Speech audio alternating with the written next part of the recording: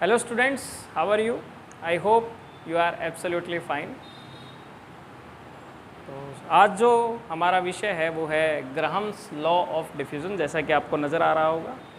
ये जो सब्जेक्ट है या ये जो टॉपिक है ये आप पढ़ते हो क्लास 11th में स्टेट्स ऑफ मैटर, जिसमें ग्राहम्स लॉ ऑफ डिफ्यूज़न बहुत ही इम्पोर्टेंट टॉपिक माना जाता है, board of point of view से भी, वो competitive exams point of view से भी। तो सबसे पहले तो व्हाट इज़ डिफ्यूज़न, इसमें एक वर्ड आया है डिफ्यूज़न कि डिफ्यूज़न होता क्या है।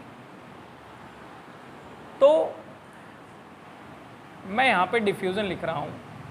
तो व्हाट इज़ डिफ्यूज़न, आपने डिफ्यूज़न वर्ड के बारे में सुना होगा ज़रूर, कभी ना कभी किसी ना किसी स्टूडेंट ने डिफ्यूज़न के बारे में ज़रूर सुना होगा। एक्चुअल में डिफ्यूज़न क्या है, देखिए मैं इस रूम में हूँ, मैंने इस रूम के एक कॉर्नर में अगरबत्ती जलाई, थोड़ी देर के बाद जो अगरबत्ती की महक है वो सारे कमरे में फैल जाएगी। या फिर आप इससे भी अच्छा एक एग्जाम्पल लीजिए, आप कई बार अपने घर जाते हो स्कूल से, कॉलेज से, आप घर में एंट्री करते ही बता देते हो कि आज घर पे क्या बना है, चावल बने हैं, दाल बनी है, या कोई आपकी फेवरेट डिश बनी है, हलवा बना है।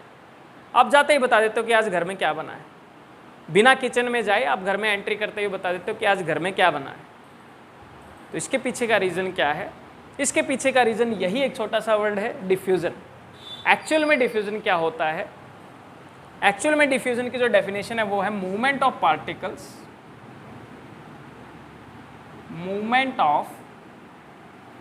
Particles from a region of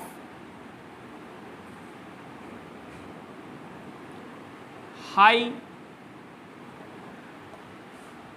concentration या high region of pressure to the region of low concentration और प्रेशर। अब देखिए,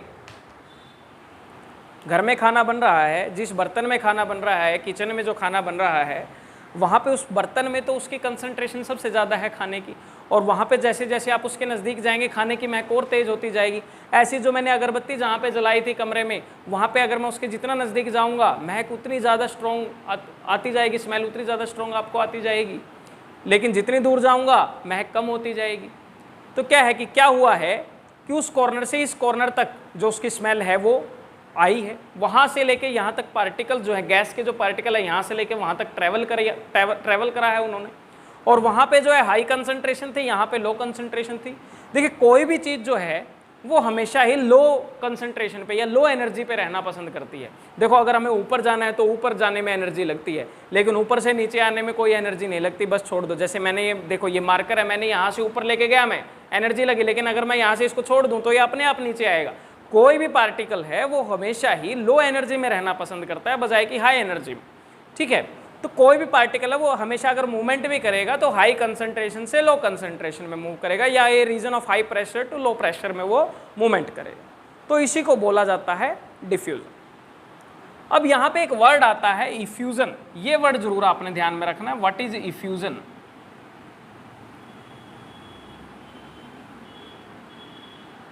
तो इफ्यूजन क्या होता है, डिफ्यूजन पता चल गया। व्हाट इज इफ्यूजन, ये कहता है कि जो डिफ्यूजन हो रही है, डिफ्यूजन इज डन या diffusion takes place through small pin size hole is called effusion. अगर जो डिफ्यूजन जो प्रोसेस हो रही थी, अगर वो स्मॉल पिन साइज होल के थ्रू हो जाए तो उसको कहेंगे इफ्यूजन। क्या कहेंगे, इफ्यूजन कहेंगे। अब जैसे देखो मेरे पास ये एक कंटेनर है, इस कंटेनर के दो पार्टीशन कर रखे हैं मैंने। अब इस पार्टीशन में मैंने एक गैस को फिल किया, मान लिया ऑक्सीजन गैस को मैंने फिल कर दिया इसके अंदर, ऑक्सीजन गैस के मॉलिक्यूल्स को फिल कर दिया इसके अंदर, कोई भी गैस है, ऑक्सीजन गैस है। और जैसे ही इनको फिल किया मैंने, यहाँ पे जो प्रेशर है वो हो गया 10 एटमॉस्फेरिक प्रेशर, और ये वाला जो रीजन है ये खाली है। यहाँ पे जो प्रेशर है वो 0 एटमॉस्फेरिक प्रेशर है, 0 एटमॉस्फेरिक प्रेशर है। अब अगर मैं इस कंटेनर को बीच से ओपन कर दूं तो क्या होगा, पार्टिकल यहाँ से यहाँ जाना मूव कर जाएंगे, शुरू कर जाएंगे यहाँ से यहाँ। यहाँ पे क्या था, हाई प्रेशर था, यहाँ पे क्या था, लो प्रेशर था। तो पार्टिकल जो हैं हाई प्रेशर से लो प्रेशर की तरफ मूव करना शुरू हो गए, इसी को बोला जाता है डिफ्यूजन। और अगर ये जो पार्टिकल यहाँ से यहाँ जा रहे हैं, जिस रास्ते से जा रहे हैं, अगर मैं उस रास्ते को इतना छोटा कर दूं, बिल्कुल पिन साइज के बराबर अगर मैं उस रास्ते को कर दूं, ये यहाँ से अगर डिफ्यूजन हो रहा है, डिफ्यूजन हो रहा है, यहाँ से अगर डिफ्यूजन हो रहा है तो इट इज़ कॉल्ड इफ्यूजन। अब जो रेट ऑफ डिफ्यूजन है वो किस पे डिपेंड करती है। अब देखो, मेरे पास एक तो मॉलिक्यूल है इस साइज़ का और एक मेरे पास मॉलिक्यूल है इस साइज़ का। अब मेरे को बताइए कि इस होल के थ्रू या इस प्रोसेस में ये वाले मॉलिक्यूल ज़्यादा तेज़ गति से जाएंगे कि ये वाले मॉलिक्यूल ज़्यादा तेज़ गति से जाएंगे?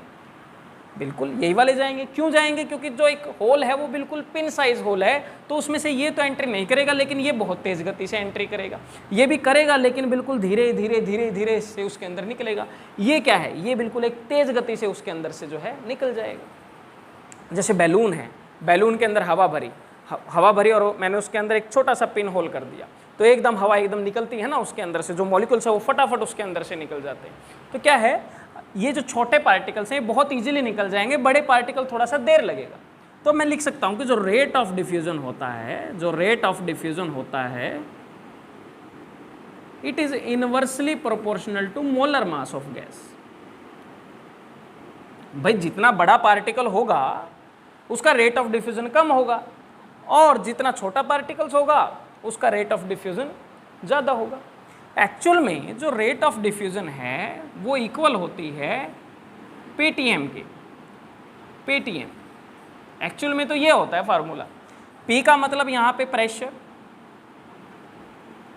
ए का मतलब एरिया, टी का मतलब टेम्परेचर, और एम का मतलब होता है मोलर मास। बट एक्चुअल में ग्राहम्स ने बोला कि हमने ये तीनों चीज़ कांस्टेंट रखनी है, प्रेशर भी कांस्टेंट, एरिया भी कांस्टेंट, टेम्परेचर भी कांस्टेंट, और उस कंडीशन में जो रेट ऑफ डिफ्यूजन है वो मोलर मास पे डिपेंड करेगा। तो जो रेट ऑफ डिफ्यूजन है it will be equal to 1/√* molar mass. This is known as Graham's law of diffusion. इसी को ग्राहम्स लॉ ऑफ डिफ्यूजन बोला गया।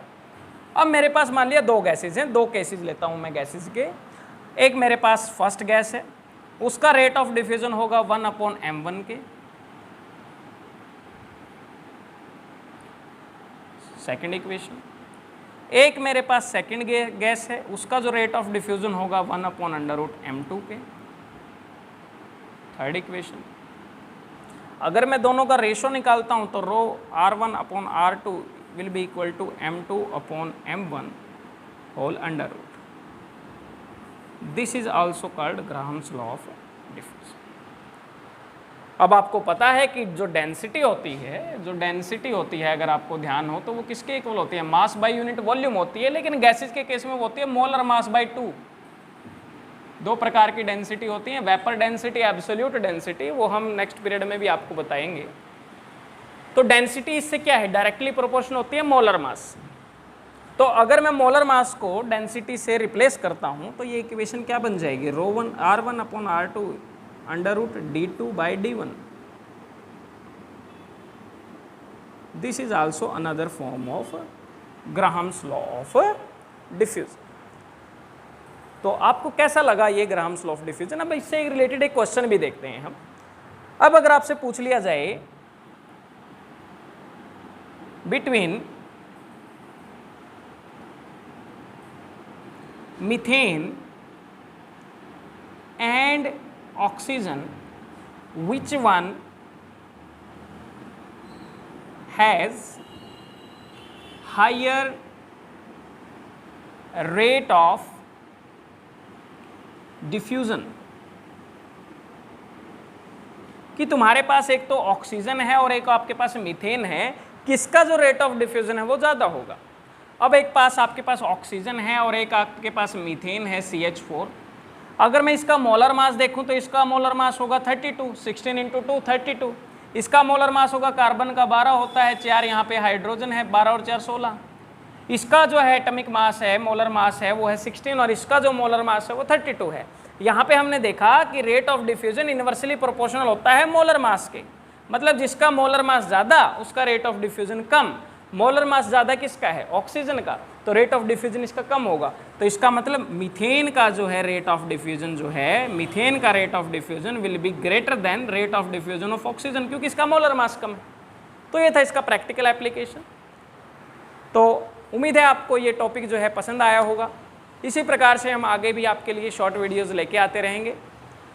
धन्यवाद।